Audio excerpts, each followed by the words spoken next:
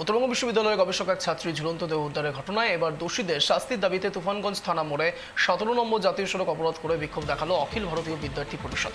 প্রায় 30 মিনিট ধরে চলে এই অবরোধ। খবর পেয়ে ঘটনাস্থলে পৌঁছায় তুফানগঞ্জ থানার পুলিশ।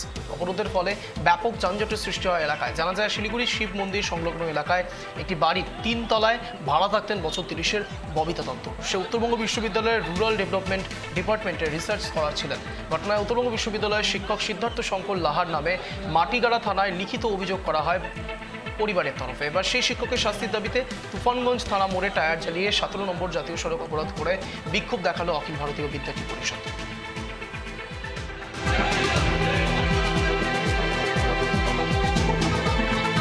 হ্যাঁ, ববিতা দত্তকে যেভাবে খুন করে হত্যা করা হয়েছে, আমরা থানায় ডায়েরি করেছি। এখনও পর্যন্ত সেই অভিযুক্তকে ধরে না, এখনও পর্যন্ত গ্রেপ্তার করেনি।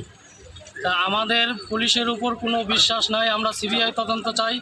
অবিলম্বে ববিতা দত্তের খুনিকে গ্রেপ্তার করতে হবে। আমাদের কাছে প্রমাণ আছে। এই সিদ্ধার্থ শঙ্কর লাহা, যিনি ববিতা দত্তের গার্ড ছিলেন, তিনিই খুন করেছেন। সিসিটিভি ফুটেজে দেখা গেল যে যেদিন ববিতা দত্তের খুন হয় সেদিন 12টা 45 নাগাদ ববিতা দত্তের যেই বাড়িতে ভাড়া থাকতো সেইখান থেকে সিদ্ধার্থ শঙ্কর লাহা ওই ঘর থেকে বের হয়েছে। আমাদের কাছে এই প্রমাণ আছে। আমাদের কাছে আরও প্রমাণ আছে, সেটা পুলিশের ইনভেস্টিগেশনের রয়েছে। এবং ববিতা দত্ত যদি নিজে আত্মহত্যা করত তাহলে সে ঘরের দরজা জানলা খোলা রাখতো না।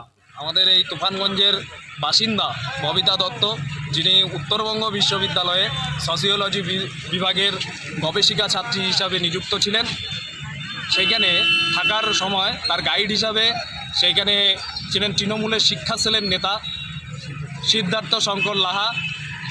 তাকে আত্মহত্যার পথে ঠেলে দেয় এবং তাকে কুপ্রস্তাব দিয়েছে, এমনটাই প্রাথমিকভাবে জানা যাচ্ছে।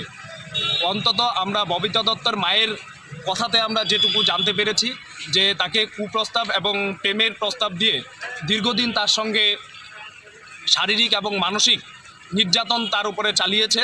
এবং বর্তমানে ঠিক কী ঘটনার জন্য আত্মহত্যা হয়েছিল তা কিন্তু আমরা পরিষ্কারভাবে জানতে পারিনি। তবে একটা ডায়েরি কিন্তু পাওয়া গেছে এবং ববিতা দত্তের পরিবারের পক্ষ থেকে কেস করা হলেও এখনও পর্যন্ত সেই অপরাধী সিদ্ধার্থ শঙ্কর লাহাকে এখনও পর্যন্ত গ্রেপ্তার করা হয়নি।